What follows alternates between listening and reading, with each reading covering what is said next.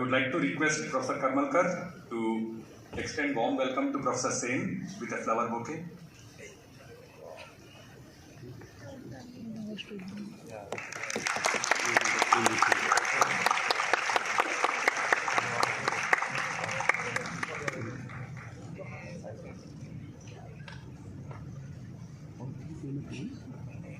So we are all very happy that many of the participants from IIT Bhubaneswar and from various schools and colleges in Bhubaneswar, including several members of the participants of the Indian Strings meeting, including Indian and foreign participants who are here today. As you might be knowing, IIT Bhubaneswar is currently organizing the Indian Strings meeting from 9 to 14 December, and we are very happy to have a leading figure in theoretical physics, both within India and in the world, Professor Ashoke Sen, with us today evening, and I hope all of you will enjoy his lecture. He will be introduced formally, shortly by Professor Devashish Ghoshal. Before starting, may I request our director, Professor Karmalkar, to please come and say a few words to the participants.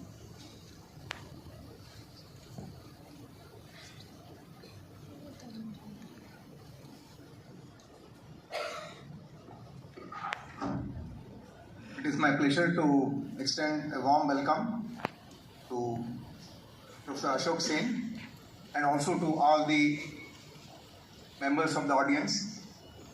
I see that there is a large number of school children, and it is only apt that they get interested in these things. This is the right age for you to get interested in the aspects that will be covered in the lecture. So I just want to throw a very short question to these school children who are here. How many of you are aware that our Constitution says, one of the things the Constitution stipulates is that we must build scientific temper among the citizens. How many of you are aware of this? I am talking about school children.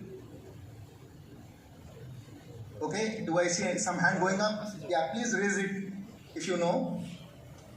Yeah. So very good, at least some hands are going up. If not, there is an opportunity for you to know that much like we have studied in our civics courses in the school about what are our duties as citizens, one of the things is also the fact that we must build scientific temper, and all of us should be aware of it, right? So, talking about scientific temper, scientific method, can one of the school children tell me what are the key elements of scientific method? Anyone? We're just going to have a short interaction and then we're going to listen to Professor Ashoke Sen. Can anyone just stand up and tell me what are the key elements of scientific method?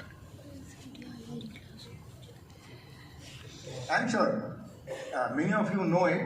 You're just hesitating. I can pick people. So let me know here, which school are you from? All of you here? Sorry? Okay, good. Any one of you, can you please stand up and just tell me, what are the key elements of scientific method? It doesn't matter you make a mistake, right? We just want some response. It should not be just passive, right? So what are the key elements of scientific method? All of you have written records of experiments and so on, I'm sure, isn't it? How many of you have written records of experiments? Please raise your hands. Come on, you can't say no. I'm sure all of you have done experiments, right? Yes.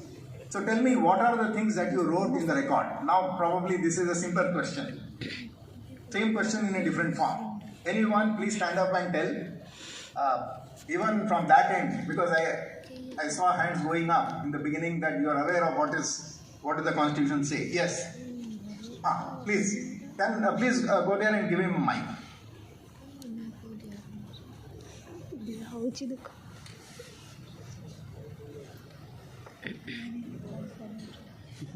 Yeah.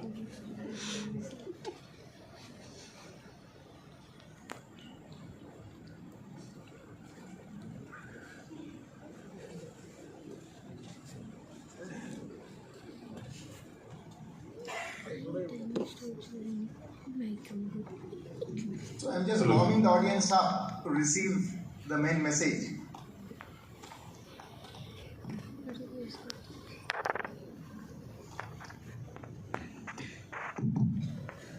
Good evening, sir. Yeah, tell us which school are you from, and then tell us your name, which school and which standard, and then you answer it.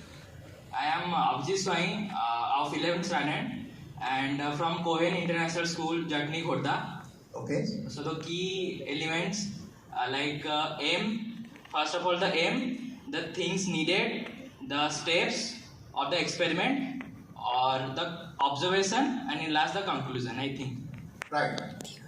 Okay. Anybody else? Now that one answer we have got, let me get at least one more answer.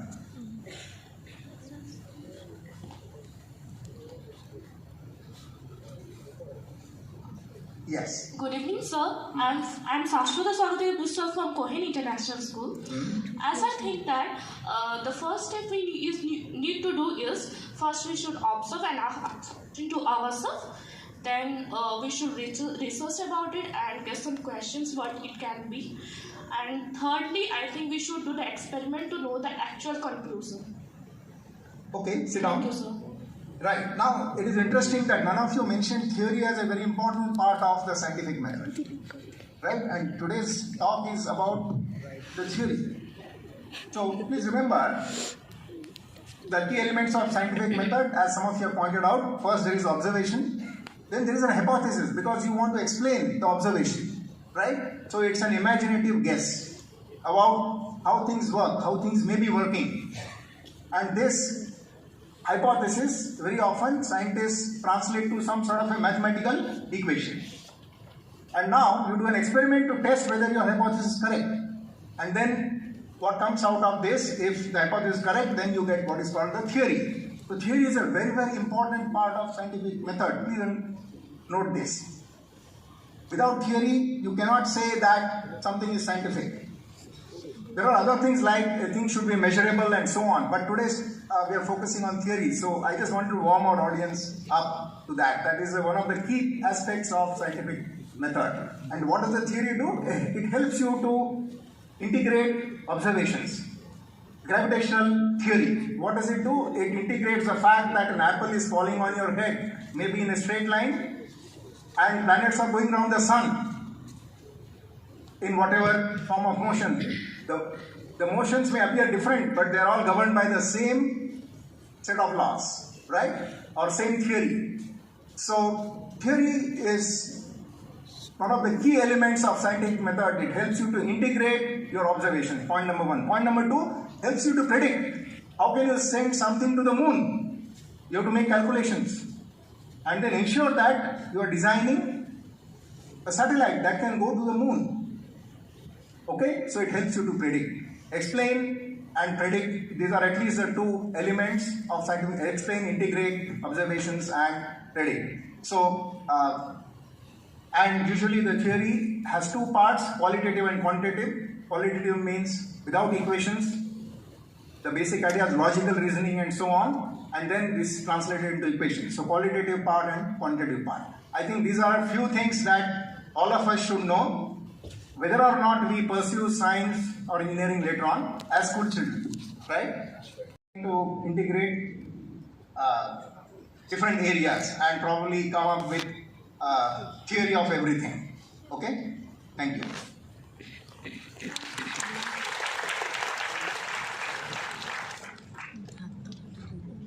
I would like to request Professor Devashish Ghoshal from JNU, please come to the stage and introduce the chief. Good evening to all. My pleasure and privilege to introduce today's speaker, Professor Ashoke Sen. But before I do that, I'd like to extend a very warm thanks and words of gratitude to the host institutes, IIT Bhubaneswar and NICER, who are organizing this Strings conference that Chandra mentioned. We are here for that. That is how Ashoke happens to be here to give this talk. It's a tall ask to introduce Ashoke. You could Google, and I could probably have asked ChatGPT or something to write an introduction. It would have probably done a better job than I can do. But let me give some chronology. Ashok was born and grew up in Kolkata, West Bengal, and he went to the Shailendra Sarkar Vidyalaya school until his 11th standard, which was the final school year at that time. Then after that he went to the Presidency College, Kolkata, from where he did his undergraduate BSc degree with an honors in physics. Then he went to IIT Kanpur, from where he did a master's, and afterwards he went to do a PhD from State University of New York, Stony Brook. And after that he has been postdoc at various places, Fermilab, at SLAC at Stanford, near Stanford University. Then he came back to India and joined the Tata Institute of Fundamental Research, where he worked for several years before joining the Harish Chandra Research Institute, Allahabad, which is now known as Prayagraj. After his retirement from HRI, he is now a distinguished professor at the International Center for Theoretical Studies in Bangalore. Ashok is also adjunct faculty at various institutes and has been visiting professors at many different institutes all over the world. He is most known for his seminal contribution to string theory and more generally in high energy physics. He is one of the leading theoretical physicists of our times and has been awarded many of the most prestigious awards in India and abroad, and some of them are the G.D. Birla and D.M. Birla Prize, the Shanti Swarup Bhatnagar Award, the Dirac Medal and ICTP Prize, and the Breakthrough Prize. Actually, the first year it was introduced, the inaugural Breakthrough Prize and the inaugural Infosys Prize. He is also the recipient of Padma Shri and Padma Bhushan, and the Dirac Medal also from ICTP, among others, which is too numerous to list. If you Google, you will find that it mentions 3 topics in string theory, in which he made really big contributions, and these are the areas of string field theory, duality symmetries in string theory, and tachyon condensation. But these are not only the areas in which his work is limited. In fact, his PhD work started with work in strong interaction physics, in particular aspects of quantum chromodynamics, and those papers are also very highly cited and used by researchers even today. But in the subjects in which he is most known, that Google thinks that he is most well known for, maybe not in the order of importance, because citations don't tell. 32 or 34,000, I think more than 34,000 citations, with an average of about roughly 110,000 citations.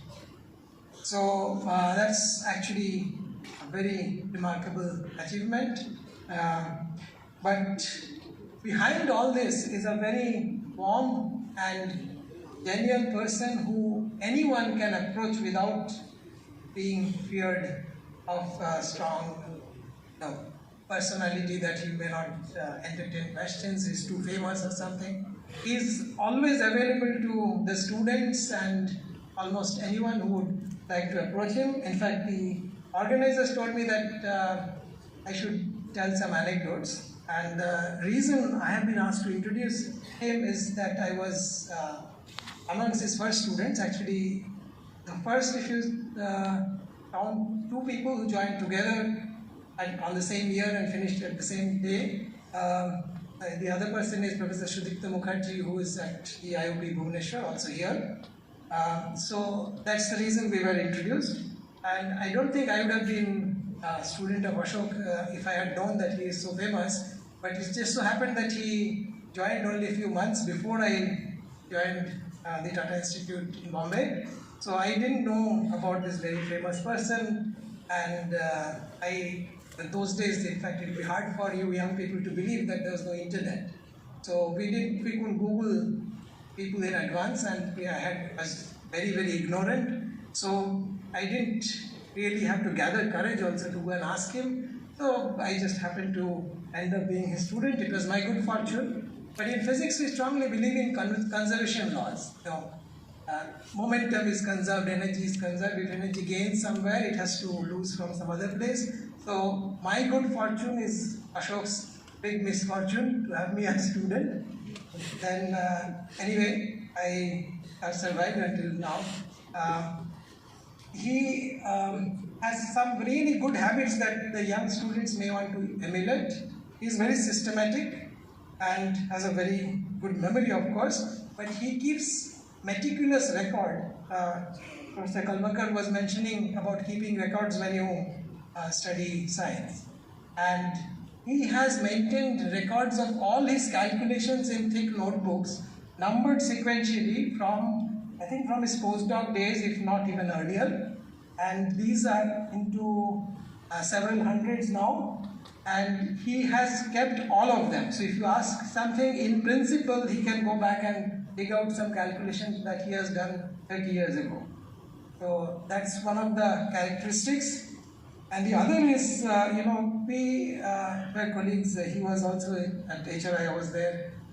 So we watched him closely. We were colleagues in Allahabad, and Allahabad didn't have an airport all the time. So the most common way of commuting from and to Allahabad was by train. And these trains, because Allahabad is in the middle of the country and the railway lines are not the best.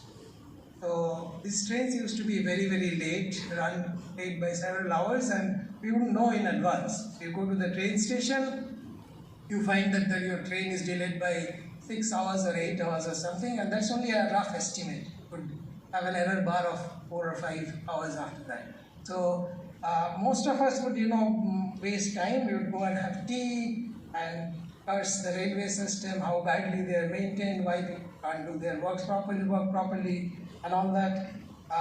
Ashok would just quietly sit on his suitcase, take out his notebook, one of the number 351 or something, and then do his calculations and quietly finish doing some calculation that he was doing, and maybe start something new and maybe even finish if the train is too late. And this was corroborated by Professor Sudhakar Panda, who was the director of IOP and NICER, and retired from NICER recently. He was reminding me yesterday that a couple of occasions he traveled between Bombay and Bhubaneswar by train, where Sumati, Ashok's wife, used to work at IOP and Ashok was at TIFR. So they would travel by train, and this train was used to take 36 hours if it went on time. So Ashok would simply go up on the upper berth and take out his notebook number 105 and do his calculation, and this 36-hour journey was sometimes long enough for him to finish calculation that could be written up one paper. So on one occasion he actually did so, and when he got off at Bhubaneswar, Sudhakar asked what he is trying to do. He said, he'll just go back to the institute, sit at a computer and write down what he has calculated. He's finished his calculation. He was very happy. But of course he liked these journeys. He enjoys food, so he would entertain almost all the chaiwalas and all the other sundry snacks vendors to keep his energy going. In fact, one of Sudhakar's theorem was that everything that Ashok consumes in the form of samosas and biryani and all that comes out in Nuclear Physics B, which is one of the leading journals in high energy physics, or used to be one of the leading journals in high energy physics.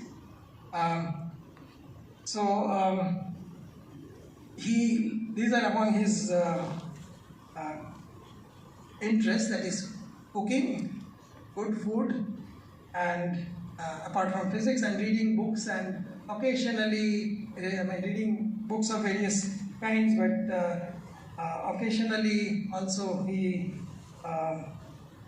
indulges in things like barbecue, which we greatly enjoyed at HRI, and he would take really strong interest in that. For several hours we would marinate the food and then go and grill, and this was a big occasion in HRI. So apart from his research, he is very good teacher, and several of his lectures are available on the internet, on YouTube. You can go up and learn from them. But beware that when you listen to them, they sound really simple, but you should also do the background work, do some exercises. Otherwise, you'll find that whatever he has said is not so simple after all. It takes much more work than that, because the simplicity comes from his deep insight and experience over the years. He used to like playing cards, and that was one of his passions during his days in undergraduate and in IIT Kanpur, but he has since given up because that takes too much of time. Since I was asked to tell anecdotes, I will tell one anecdote before I finish. So this is about, he's known to be very, very patient, but this is about the limit of his patience. So he taught quite regularly at TIFR, and one occasion, this was a few batches after I had a junior, he used to give us open-ended exams. So the exam would start after lunch at around 2 o'clock or something, but you could take as long as you like. There were not too many questions, only 5 or 6 questions, but and you could answer, I think, 4 or 3 or 4.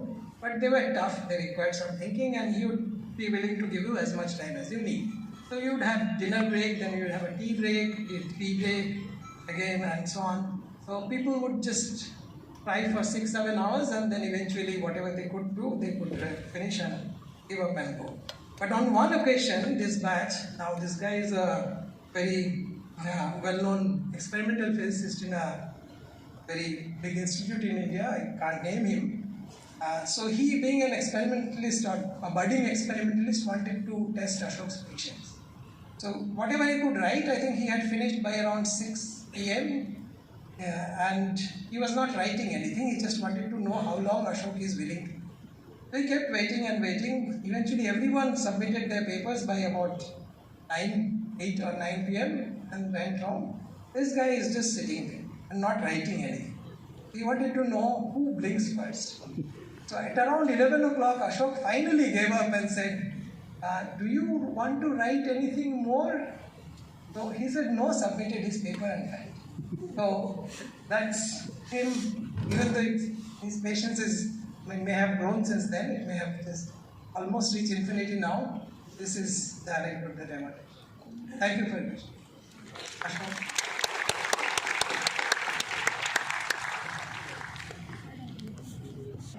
He can now begin the public lecture by Prof.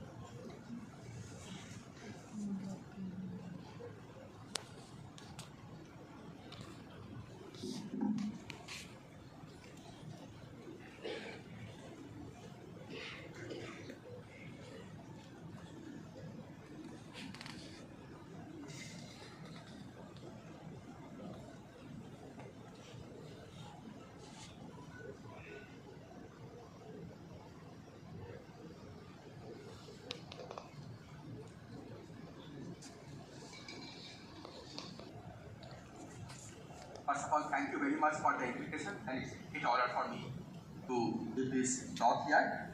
And I also thank Devashish for the introduction. For students that is here. So today I am going to talk about string theory and its many manifestations. So let me begin by saying what string is. And as we can describe string theory as an attempt to describe question as to what are the basic constituents of matter and what are the properties of this constituent.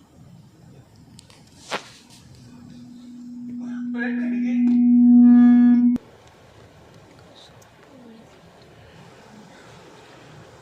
So let me begin by describing what are matter. So the basic building blocks are the molecules, but molecules themselves are made of smaller blocks called atoms. Each atom in turn is made of a central nucleus and then a cloud of electrons that move around the nucleus. We also know that each nucleus is made of protons and neutrons. So we have a small core which is made of protons and neutrons, that's the nucleus, and then there is a cloud of atoms around the nucleus. But when we probe further, we find that even the protons and neutrons are made of smaller constituents called quarks and gluons. Electrons, as far as you know, are still elementary constituents. They cannot be broken any further. And it turns out that while quarks and gluons, at least according to our current understanding, are still elementary objects, elementary particles, there are in fact many other elementary particles, which we can call the zoo of elementary particles, and I'll describe the zoo in a few minutes. So this is what the current understanding of the structure of matter is, that there is a zoo of elementary particles, and a subset of that zoo of elementary particles make up all that we see in nature, okay, in the form of quarks, gluons and electrons.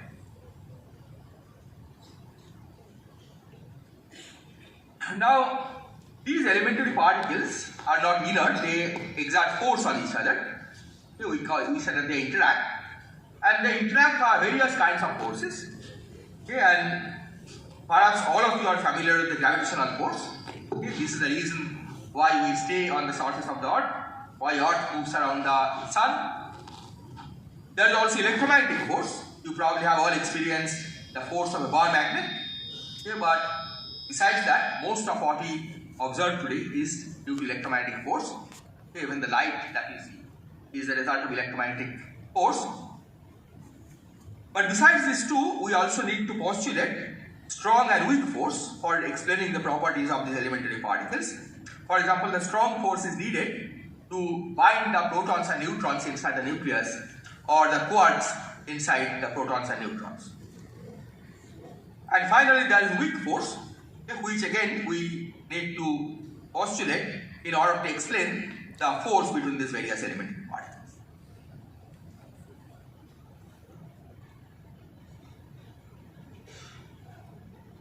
So these forces give rise to complicated interaction between elementary particles, and these interactions are typically measured by studying how the elementary particles scatter off each other. And this is where the experiment comes in. Okay, as you heard, the beginning of a scientific discovery or scientific inquiry is that you make observations, and these observations for elementary particles take in the form of this scattering between elementary particles. What happens when you throw two elementary particles towards each other? Now it turns out that the effect of gravitational force between elementary particles is negligible compared to the other forces.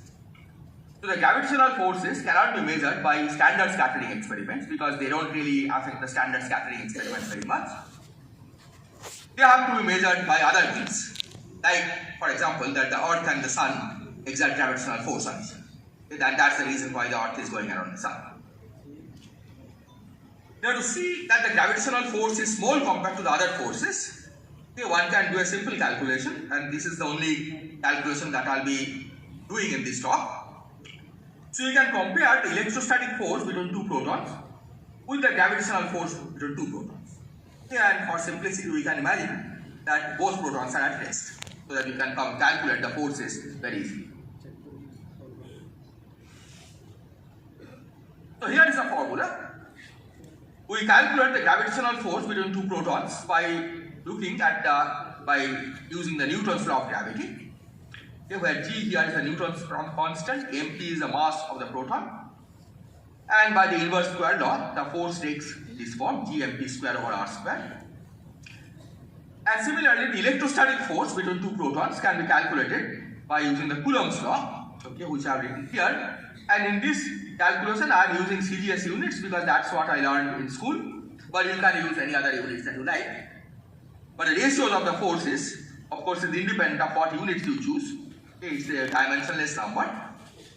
And when you put in the values, okay, which I have done here in the electrostatic units, you find that this ratio is an extremely tiny number, 10 to the minus 36, and that's what shows that the gravitational force is small compared to the electrostatic units. And similarly, all other forces are also much larger than the gravitational. So as I said, because of this, the gravitational force cannot be calculated using the direct scattering experiments. You have to study gravitational force by looking at the force between very, very massive objects.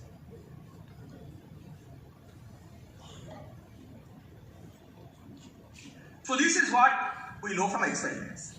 Okay, the existence of these various forces, the existence of various kinds of particles, and how they interact by these forces. So now we want to develop a theory for this.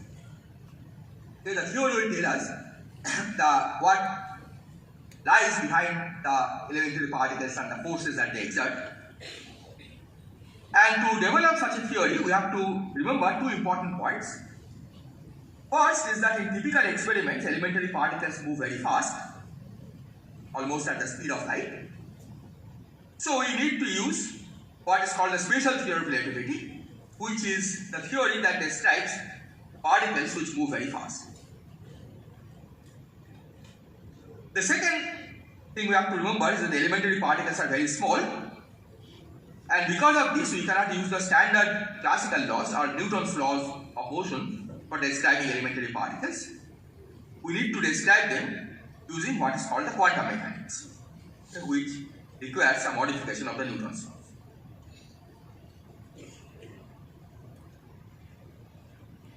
Now it turns out that there is such a theory which has in fact been so successful that we call it the standard model. So this theory is based on the principles of quantum mechanics and special theory of relativity.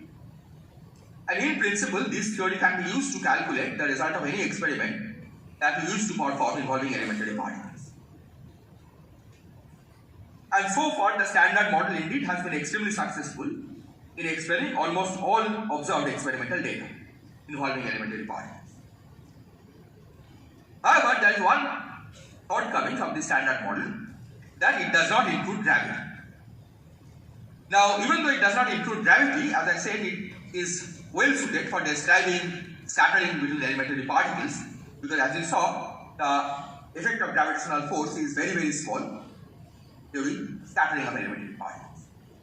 Nevertheless, standard model by itself cannot explain why the Earth and the Sun exert gravitational force on each other, even though both the Earth and the Sun are made of elementary particles themselves.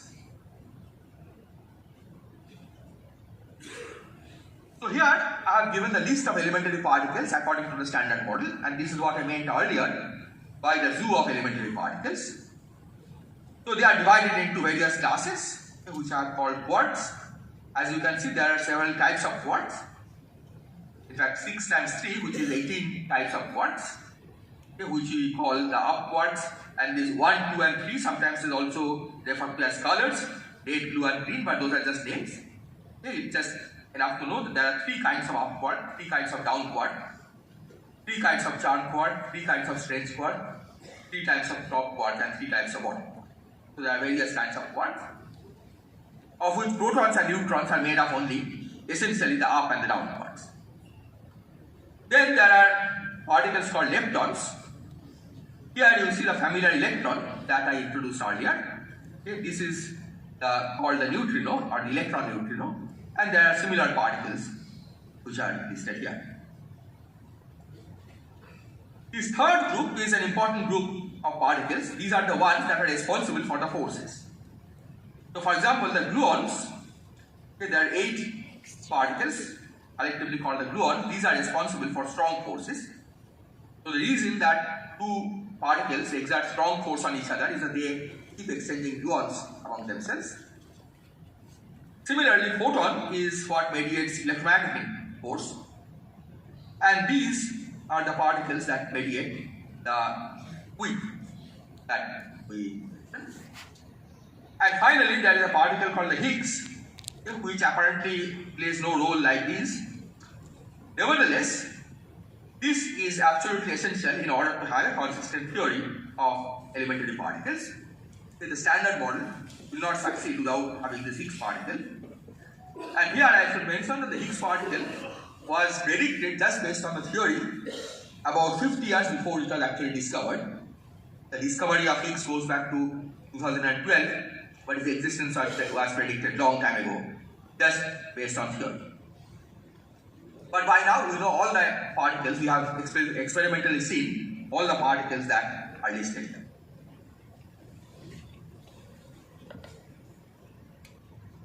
So it is very successful. Standard model has been quite successful in explaining, as I said, the elementary particle scattering. However, despite its success, we know that the standard model cannot be the final story. First of all, there are some experimental results which do not agree with the predictions of the standard model. So, for example, according to the standard model, the neutrinos that we saw are supposed to be massless particles. They have no mass. According to the standard model, these neutrinos have no mass. But we know now from experiments that the neutrinos do have small masses. So we have to modify the standard model. But it turns out that these can be easily explained by a somewhat minor modification of the standard model without giving up any of the basic principles of the theory.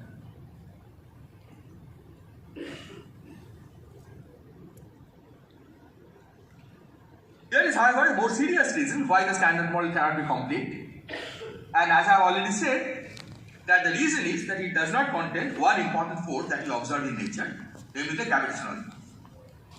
So let me repeat again that the gravitational force is not measured in scattering between particles because it's too small. Nevertheless, we know that it exists because big objects do have gravitational force. So if we have a theory that is based on the standard model, that theory cannot explain why, for example, the Earth and the Sun exert gravitational force on each other. So we have to modify the standard model. So this is, in fact, what we can call the experimental input for the starting point of string theory.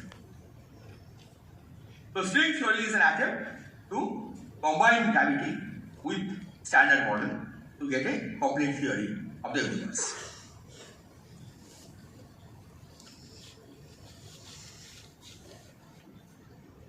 So given that standard model does not contain gravity, the next question would be, is it possible to modify the standard model so as to include gravity? And for this, recall that the standard model is based on the principles of special theory of relativity and quantum mechanics. So we need to first make the theory of gravity consistent with these principles. Okay, because only then we can hope that we have a combined theory of the strong, weak and electromagnetic force and gravity. And that will be the complete theory of the universe.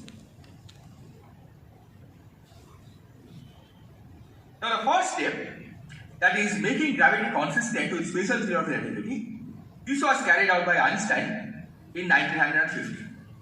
And this led to what we now call the general theory of relativity. When the theory was first formulated, it was quite esoteric. Very few people understood it. By now, we have of course enough tests of general theory of relativity, and we also have practical applications. Okay, for example, the GPS system requires that the clock on the Earth has to be synchronized with the clock on the satellites, and there, unless we take into account the effects of general relativity, you will make a mistake. Okay, so general relativity is crucial in making sure that the GPS system works. Okay, so general theory of relativity is quite successful, but at a level of classical physics, not quantum physics.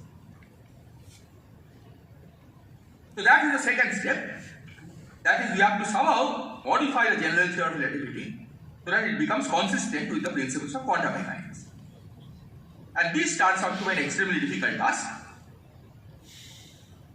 And this is where string theory comes in. This string theory turns out to provide a possible way out of this problem, and as we will see, it also provides a possible way of combining a theory of gravity with the theory of elementary particles. So let me recapitulate again. Okay, so currently, the experiments tell us that we have gravity, we have quantum mechanics, we have strong, weak and electromagnetic force, and now the job of the theory is to try to find a consistent mathematical framework that can describe all of this.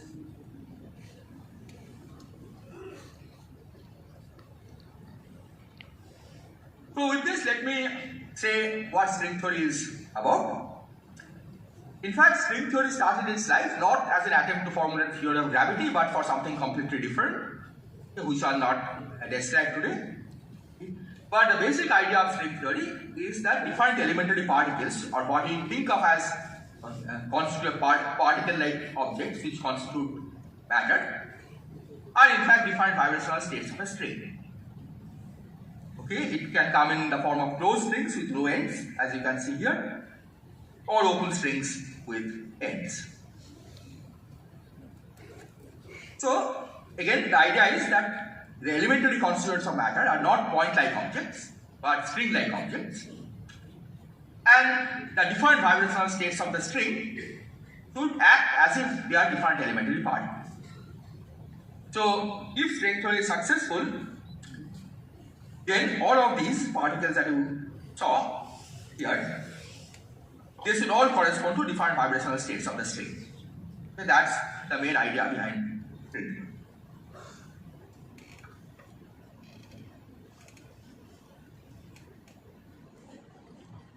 Now, given this, the first question that would come to one's mind, that if this is the case,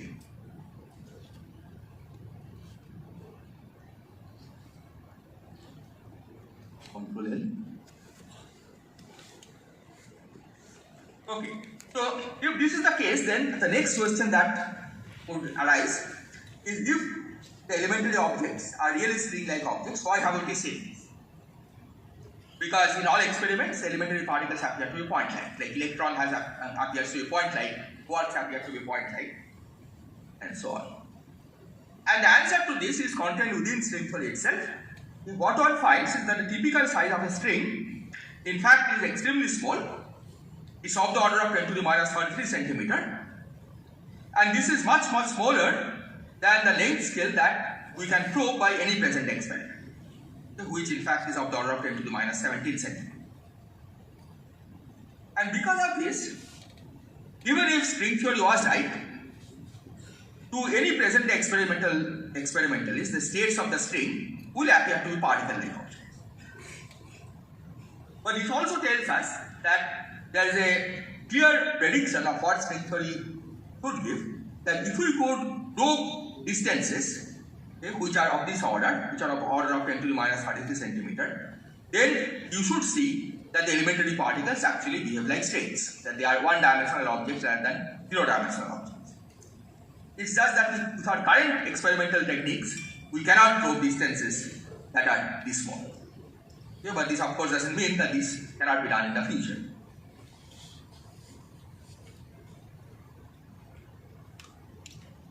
So we need to formulate a theory of strings, and as we have already emphasized, that this has to be consistent with the principles of quantum mechanics and special theory of relativity. So these are experimentally verified principles. And it turns out that as a consequence of these two requirements, strings automatically exert gravitational force on each other, which means that one of the vibrational states of the string has a property that appears as an elementary particle that acts as a mediator of gravity.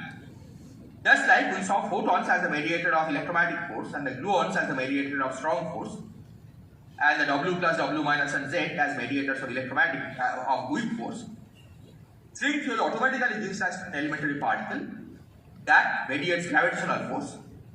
And if you recall, this particle was absent in the list that I showed you, because the standard model doesn't contain gravity.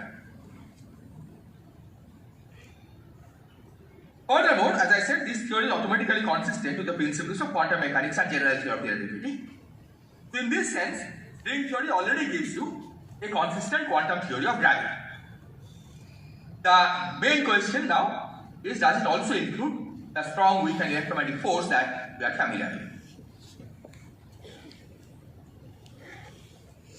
But before that, let me just say that the string theory is based on these principles, but it turns out that it is very, very tightly constrained. It's so tightly constrained that we cannot adjust string theory to suit our needs. So we cannot change the laws of string theory, and this is very different from the laws that govern the theory of elementary particles, where we can modify the theory, often according to what you wish to do. Just like I said, in the standard model, neutrinos have no mass, but you can modify the theory to accommodate mass of the neutron. These kind of modifications you cannot do for string theory. So you cannot demand even that the dimension of space is what you observe in nature. Right? You are all familiar with the fact that we live in 3 space dimensions. But this you cannot demand of string theory. We have to just take what string theory gives us. Or you cannot demand that different vibrational states of the string behave like elementary particles you observe in nature. If string theory gives it, it's well and good. If it doesn't, then we are out of luck. So basically you have to take what string theory gives us. So let's now see what string theory gives us. First of all, one finds that there are 5 consistent string theories, and these differ from each other in the way the string vibrates. Okay, this is a technical point. There are mathematical equations which distinguishes these 5 different string theories, but I'll not write those equations here. Furthermore, one finds that in each of these 5 string theories, the dimension of space is 9, which may be hard to visualize. What is a 9-dimensional space? It basically means that we require 9 coordinates to describe a point in space instead of the usual 3 coordinates that we use to describe a 3-dimensional point. But this certainly is not what we see in nature. Right? As we discussed, we see 3 dimensions in nature: up and down, left and right, and front and back. So how can we reconcile string theory with what we see in nature?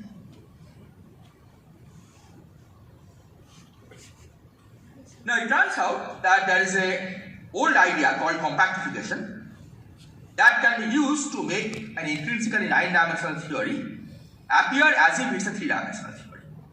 Okay, and I'll try to explain this using a simpler example, where we will consider an imaginary world which has only 2 dimensions, and I'll explain how that 2-dimensional world can be made to look as if it's 1 dimension.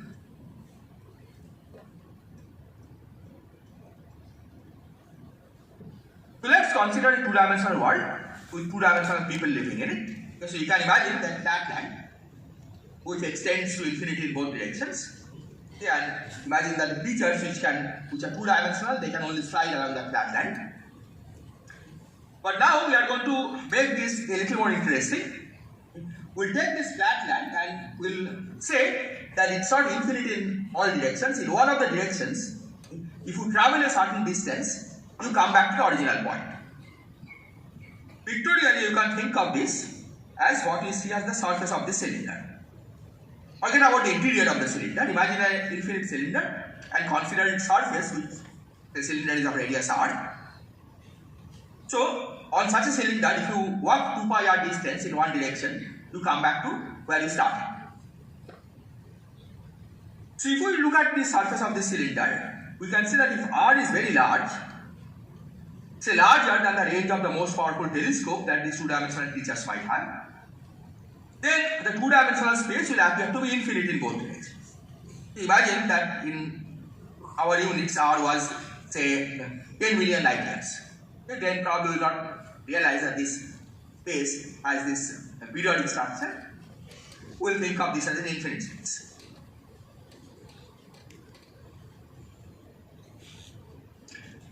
Now you can consider the opposite situation where r is very, very small. You can see it here. And perhaps you can visualize that if r becomes smaller and smaller, then this world looks more and more like a 1-dimensional world. And indeed, in the limit of r goes to 0, we can really think of this as a 1-dimensional space. And if r is, you don't really have to take it to 0, as long as r is smaller than the resolution of the most powerful microscope that these creatures might have, the world will appear to be 1-dimensional to the people living in this world, because they will not be able to see the existence of this extra dimension. So it's too small to be observed in the microscope. So this is the physical picture by which, even though a space may be intrinsically 2-dimensional, a point on this space requires 2 coordinates to describe it. One along this and another one along the circumference, for sufficiently small r, the coordinate that specifies the distance along the circumference becomes irrelevant. Okay, we don't really need it because you don't see that direction microscopically in any microscope. And effectively one coordinate is sufficient and will be led to believe that we are living in one dimension rather than two dimensions. And it turns out that the same idea works in making a 9-dimensional space look 3-dimensional.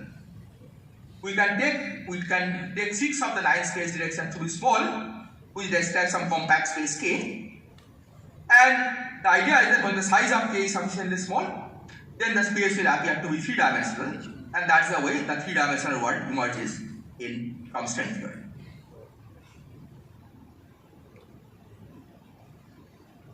Now, mathematical consistency. Okay, again, this is something I'll not be able to explain what are the mathematical consistencies, but it turns out that demanding that the theory is mathematically consistent, it puts strong restriction on what kind of spaces K that we can use for compactification. Not every space K can be used.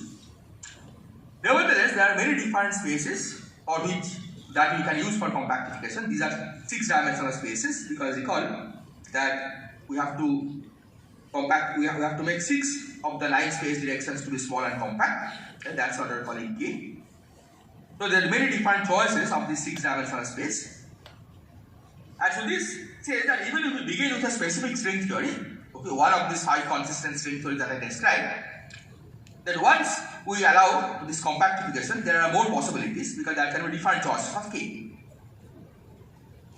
And one way to regard these different possibilities is as different phases of the underlying string theory, and this is what I'll try to explain in the next few slides. What do you mean by different phases of string theory?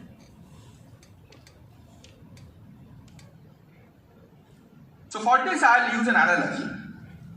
You are probably all familiar with the fact that ice, water and steam, they all are described by the same molecule, the H2O molecule.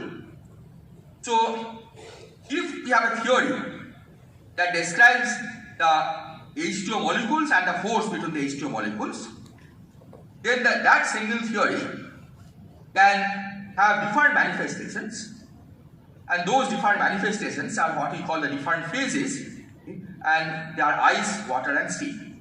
So we say that ice, water and steam are the different phases of the theory of H2O molecules. So when I say that the string theory has many phases, it's exactly in the same spirit. These different choices of K, which are possible, correspond to different phases of string theory, just as ice, water and steam correspond to different phases of the theory of H2O molecules. And just as the environment inside ice, water and steam are very different, similarly the 3-dimensional environment for different choices of the compact space K will be very different.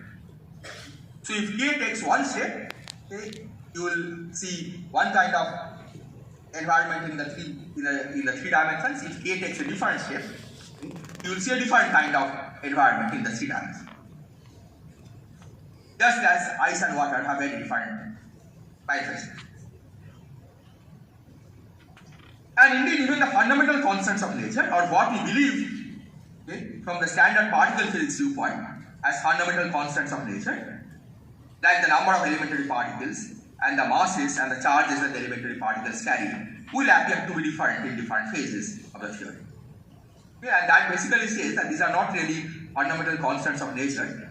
Okay, they are constants that we can in principle compute once you know which phase of string theory that describes.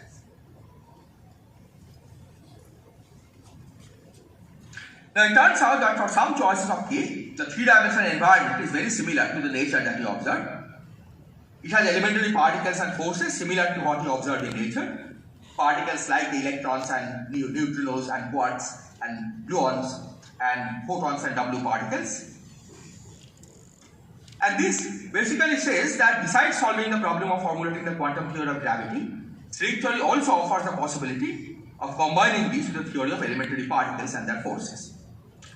Now note that here I have said that it offers the possibility of combining this with the theory of elementary particles and their forces, but this requires that you have to find a particular choice of K, this 6-dimensional internal space, that gives exactly the kind of elementary particles and forces that you observe. Okay? Not the qualitatively the kind of elementary particles and forces that you observe, but it should have quantitative agreement with the kind of elementary particles and the forces that you observe. In particular, the mass of the electron should be exactly what you observed in nature. Then the mass of the quarks should be exactly what you observed in nature, and so on. So this remains an open problem. So far, you have not found a phase of string theory that has exactly the elementary particles that you observed in nature, and this remains an open problem.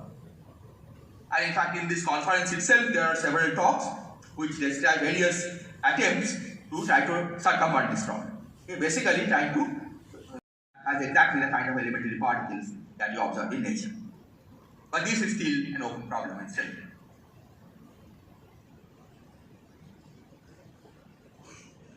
Now, the analogy between different phases of string theory and different phases of H2O in fact goes further. And so let me explain what I mean by it goes further. So let's suppose that you are living inside water and you want to study the properties of ice. We know how to do it. We will have to just freeze a part of water into ice. We have to spend some energy to do that. Nevertheless, we could freeze a part of water into ice and do an experiment on ice. Right? So even though we are living on water, we can study ice, and that's because water and ice are different phases of the thing. And it turns out that we can also do similar manipulations with the phases of string theory.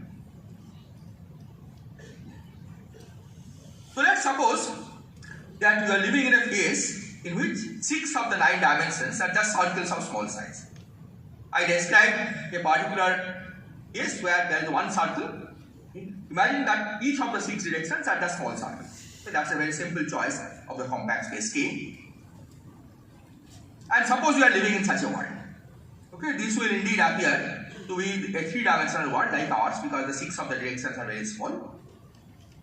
And now you can ask, living in such a phase, can you study properties of a phase of the theory in which all 9 dimensions are large? And it turns out that we can, and all you have to do this is to create a large black hole carrying appropriate charges in this 3-dimensional world.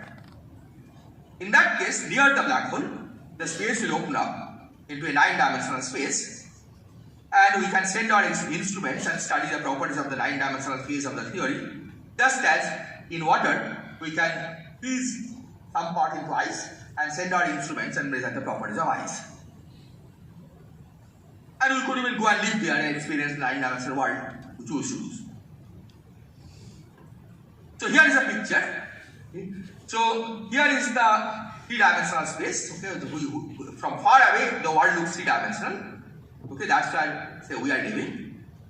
In this 3-dimensional space, we can create a black hole of appropriate charge and mass. And with this black hole, it turns out that as you approach the black hole, the dimension of the compact dimensions, the sizes of the circles, become larger and larger as you go closer and closer to the black hole. And here, the sizes can be as large as you want. Okay, by adjusting the charge and the mass of the black hole, you can make the size as large as you want. You can make it, for example, 10 million light years, and that will be essentially indistinguishable from really 9 dimensions. So you could live or do our experiments at various distances from the black hole and experience extra dimensions of various size, just as from inside water we can study the properties of ice.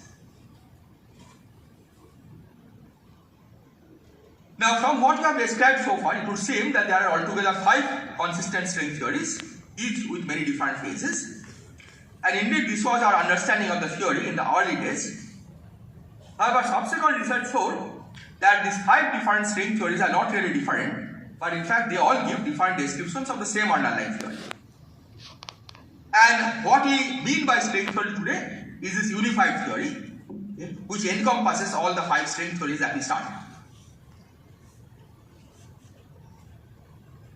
So here is a picture. Okay, again it is a schematic picture. So different phases of this unified string theory can be schematically represented as a different points inside a room with 5 windows. So let's imagine that we have a room with 5 windows and there are these various strange names. Okay, these names are in fact the names of the 5 different string theories that I talked about. And so the idea is that inside this room there are different points which represent the different phases of the theory. and through each window we see only a small part of the room. Okay, so the points here describe this particular string theory and these various compact directions, where you take some of the directions to be small and compact. Similarly, from this window we see this theory and when some of the directions are small and compact and so on. And the idea is that if there is no overlap between the different parts that we see through different windows, then we will not know that we are looking into the same room. Okay, and this is what describes the situation in the early days of string theory. Okay. In the early days, basically you could see only a little bit through each window, okay, and so you would not realize that it's actually the same room. But as we developed our techniques further, we could see deep enough to each window, okay, still not the whole room from each window, but we could still see deep enough so that we realize that we are actually looking into the same room. And this is what is called the duality in string theory. Okay, that's what I have said here, that once we begin seeing deep enough into each room through each window, into the room, then we may get a glimpse of some objects through more than one window. And that's what leads us to realize that all the windows open into the same room, and that's what describes the situation now. But I should say that still we don't have a vision of the full room, okay? And the idea is that we have only discovered a small amount of phases, okay, near each window. Okay? Maybe there is some overlap, but most of it is still undiscovered. And if string theory is right, and if it's capable of describing our world, it presumably corresponds to some phase hidden somewhere in the deep in the interior of the room that we have not seen so far. So that's the basic hope of string theory.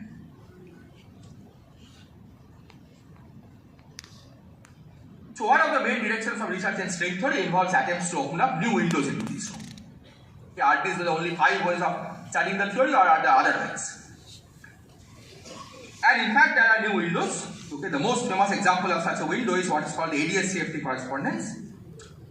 And it turns out that some phases of string theory may be actually described by quantum theories of point particles. So you can describe those phases by simply studying the theory of point particles. Another example of such a window is what is called the M theory, that a particular phase of string theory may be described by theory in 10 space dimensions instead of 9 space dimensions. And I should just say that all of these phases can be created in the vicinity of appropriate black holes in the 3-dimensional phase of string theory that we described earlier.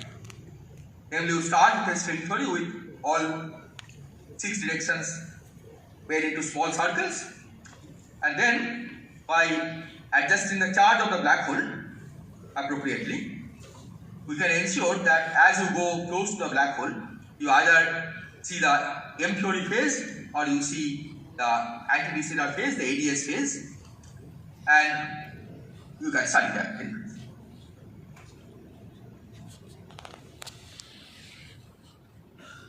So to summarize, the problem of connecting string theory to nature reduces to demonstrating that there is a phase of string theory that describes exactly the nature that you observe, and explaining why nature exists in this particular phase and not in any other phase. And both of these issues are currently under active investigation by many researchers. And here I should add that if we could do this, then we could have the full experimental test of string theory, in the sense that we could actually predict the masses of elementary particles and the charges that they carry, the forces that they exert on each other, and so on. But if we cannot find such a case, okay, that doesn't mean that string theory has no prediction.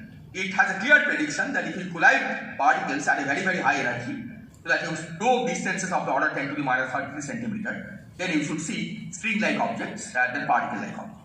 Okay, but you have to probe that deep to see the string distance.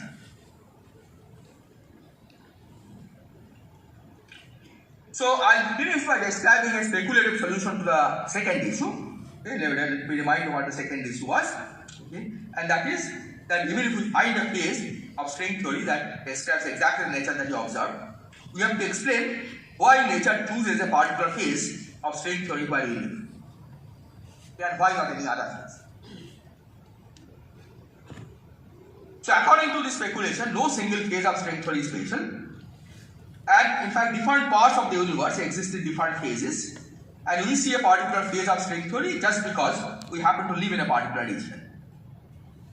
So this is similar in spirit to the mechanism that we described to create a 9-dimensional space in a 3-dimensional world. Right? Imagine that if you go back to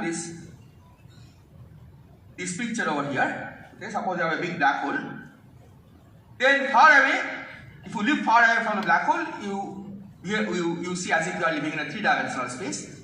If you live close enough to the black hole, you see as if you are living in a 9-dimensional space. Okay, and in fact, by adjusting the charges of the black hole, you can have various other kinds of spaces that appear in the near the black hole. Okay. So, what kind of space you see or what, it depends on where you live. Right? If you live here, you see one kind, you have one kind of experience. If you live here, you have a different kind of experience. So in spirit, this is similar.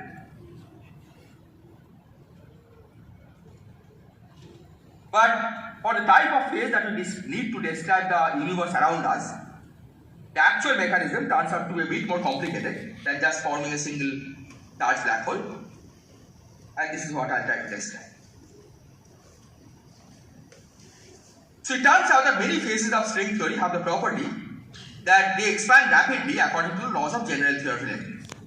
Okay. Technically, we say that they have large cosmological constant, but this is what is important, right? That those phases start expanding rapidly, and that basically means that given 2 points in space in such a phase of the theory, those 2 points will move away from each other very, very rapidly. Okay, every pair of points move away from each other very, very rapidly. And then once in a while, bubbles of new phases can form in different phases, different regions by quantum phase length. Okay, this is again a technical word, but basically the idea is that you have a rapidly expanding phase, and then once in a while, because of the effect of quantum mechanics, the other phases can start forming. The bubbles of other phases can start forming, and they themselves start expanding. But typically, if you have such a situation in a liquid, I mean, this is very similar to the physics of a supercooled liquid. Imagine that you have a supercooled water, and you disturb it a little bit, pockets of ice start forming in different regions, and then they expand and collide, and therefore the whole thing becomes ice.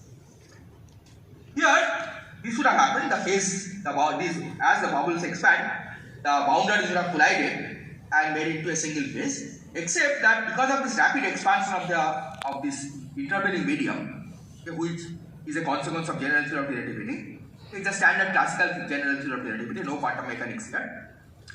It turns out that these phases can get separated and never collide. So net result is that inside this rapidly expanding medium, different phases of the universe will form and fill up this medium. Okay, the medium will always be there, but they will keep forming as the universe expands, as this medium expands. And this process can continue for infinite time. And so it's possible that every phase of string theory will be realized in some region of the universe. And in such a universe, no phase of string theory will be spatial.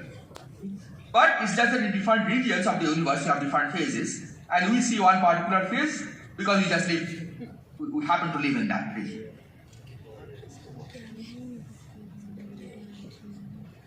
So I'm almost at the end of the talk. Let me just describe what I call the side stories. So what I have described so far is what can be called the main story of string theory. But like all the great epics, string theory also has many side stories. And these involve possible application of string theory to solve problems in other related fields. And here are some examples. String theory has been used to understand black holes in quantum theory, which in fact had many puzzles which string theory has been able to resolve. String theory approach to solving problems in quantum field theory. Because of this strange relation between some phases of string theory, the theory of point particles, we can actually use string theory to study the theory of point particles. And of course, there are many applications of string theory to mathematics. Okay, because of this, again, because of this strange picture, okay, maybe I can describe this. Because of this picture that the same phase of string theory may be described from many different windows, okay, we can compute some physical observed quantities, okay, what the consequence will be we can compute from this window or this window. Okay. They give apparently different results, and then consistency of string theory requires that even though they look different, the result better be the same. And this leads to new mathematical identities that you calculate from this window and you calculate from this window, demand that the results are the same. And all those mathematical identities are new identities that were first predicted by string theory and then independently proved by mathematicians. Okay, so this involves the application of string theory to mathematics. Okay, this is why string theory can actually say something new in mathematics. So all these make string theory a rich subject to study and explore. So let me now summarize. So what I have said, the string theory is an attempt to formulate a theory of nature that will explain the existence and various properties of all the elementary particles and their forces. It is based on the simple idea that different elementary particles are different vibrational states of a string. Just as a consequence of the simple idea, string theory provides us the consistent quantum theory of gravity and possibly of other forces as well. Okay, this still remains an open question whether it can really do it. Okay, because for that you have to search in that box and try to find the particular phase that actually describes us. We also said that initially it was thought that we have 5 consistent string theories, each existing in many different phases. We now know that they describe different phases of the same theory. But finding a phase of this unified string theory that describes the world around us, that remains a challenging problem for us. Thank you.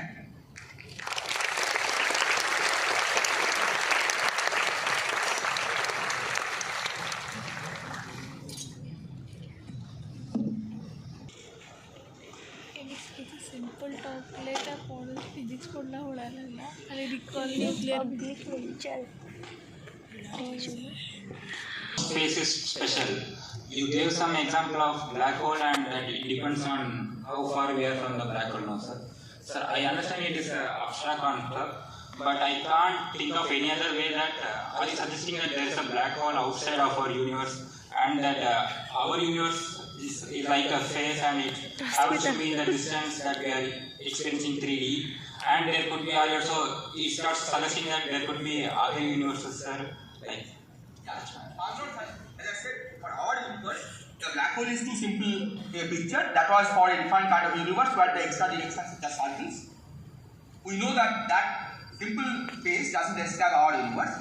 Right? Our universe is more complicated, and so for that we need this more elaborate picture that I described here.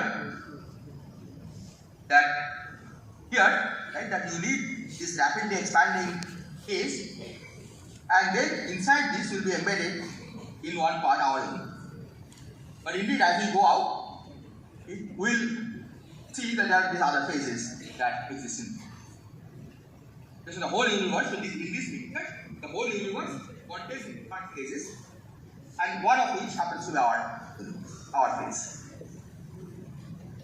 yes, thank you, sir. So the black hole is a simpler version of this, right? But we know that that simple version doesn't apply to our universe because we are not living on a space. Right? If you remember, let me show you that this applies to when the 6 of the 9 dimensions are each circles of small size. Right? This is a very simple kind of compact space scheme, and we know that that is not enough to describe us. Okay, it's too simple. But if we did have a universe of this type, then the black hole will do the job. Yes, sir.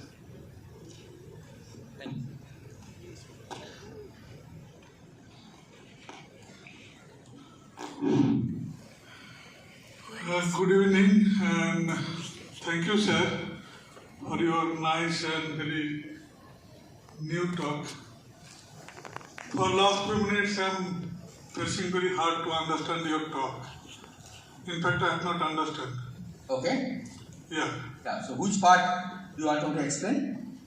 Just can you define what is string? What is string? So the string is a... Let me go back to that. Yeah, so string is just a one-dimensional object like this. Right? Imagine a closed thing.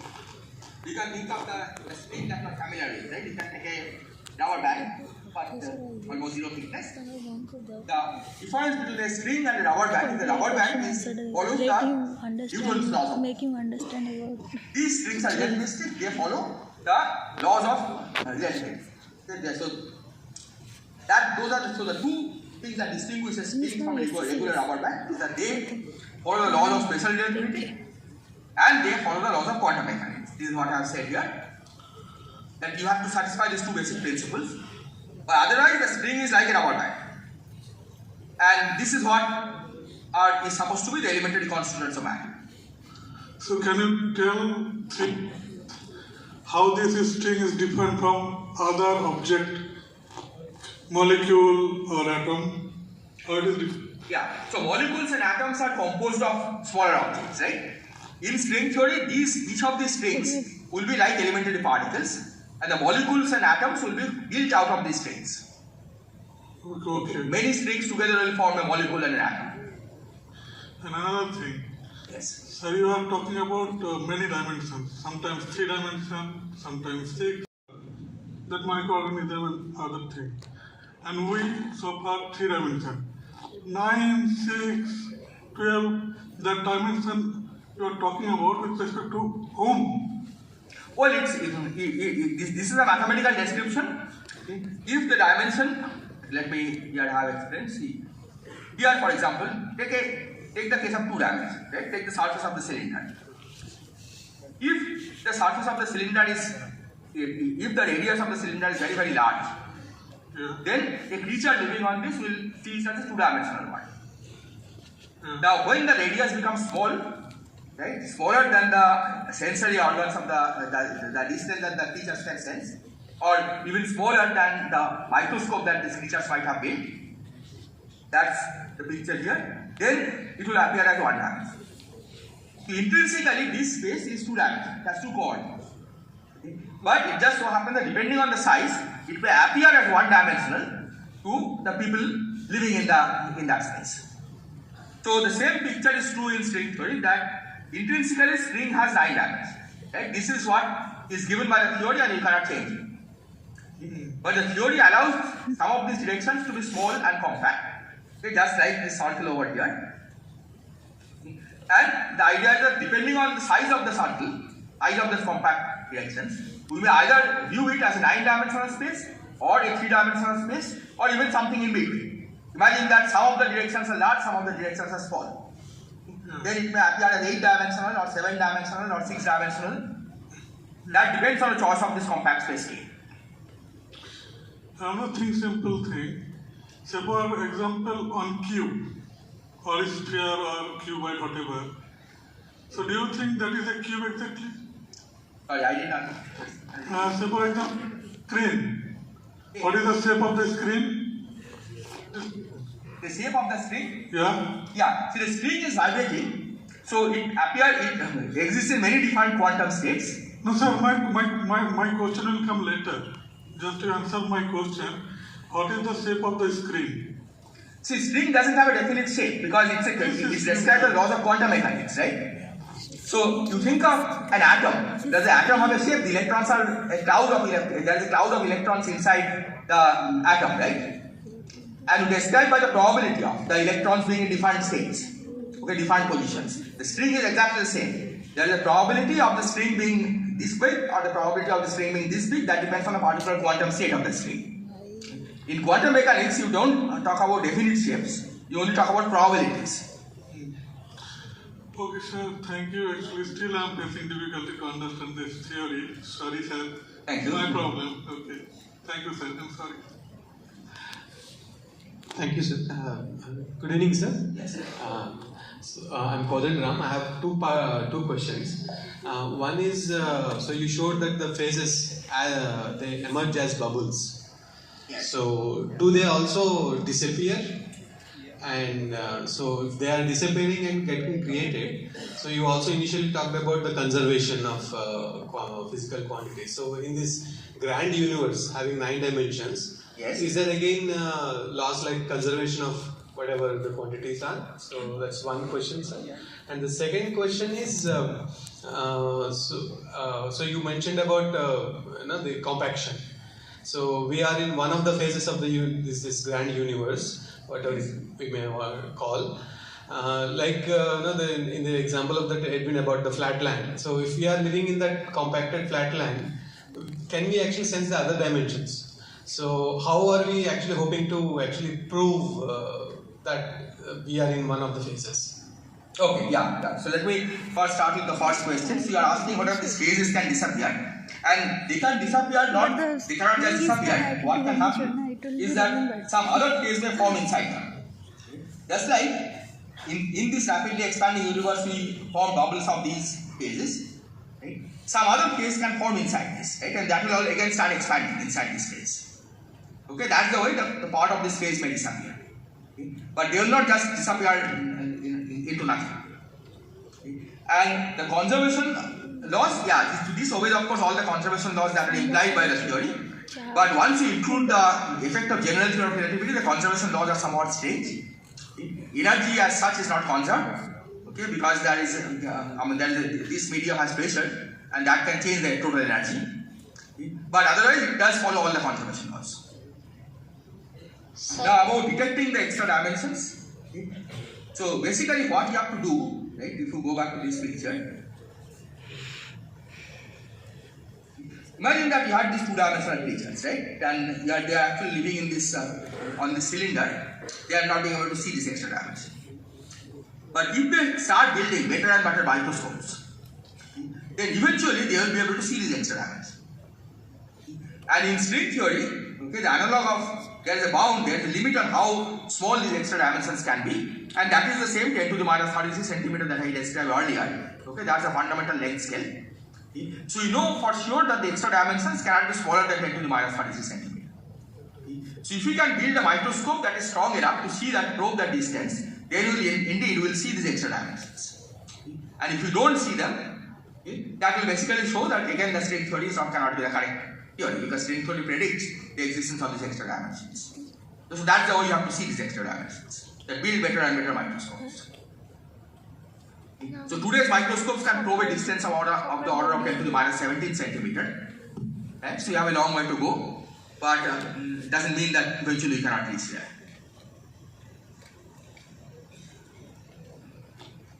Sir, so does it mean the quarks U1, U2, they are not actual objects but abstract things referring to vibrations of strings?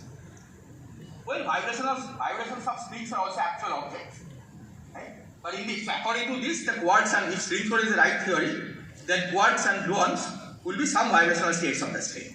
Right? It is the same string, but they are appearing in different ways of vibration of the string will appear. One way will appear as a quark, one way will appear as a gluon, and so on. So what is the difference? The frequency?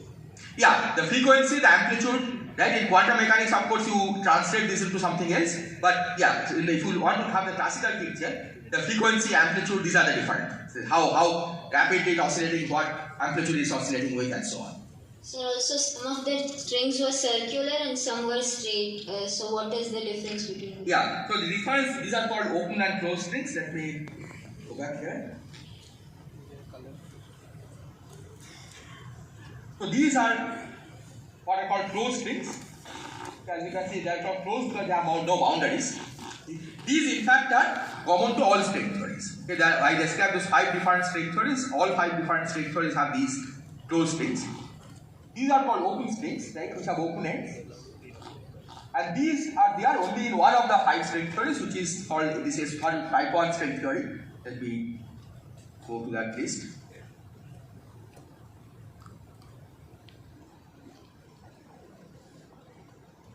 Yeah, so this theory over here has both open and closed strings. Okay? The open strings are the ones whose ends are not closed.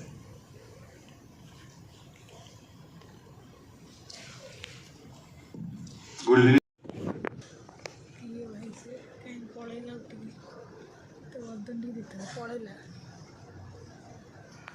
କେତେବେଳେ ଗଲା ସେଇଟା ଦେଖିଥାନ୍ତି।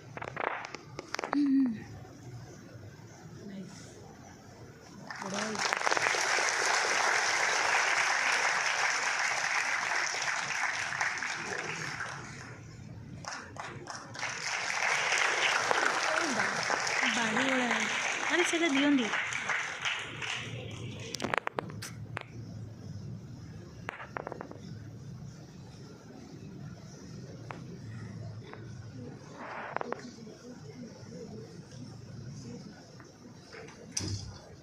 For coming here from great distances, students, for their very enthusiastic participation, and if you have more questions, Professor Sen has a lot of patience. You will run out of patience, but he has a lot of patience. You can ask him outside.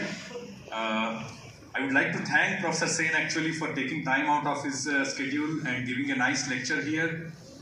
Our director, Professor Karmalkar, and many of the functionaries of the institute who extended their support for not just this public lecture, but during the last 1 week for the organization of the conference, and all my colleagues, students, faculty, staff, everybody who contributed. Thank you very much and have a nice evening.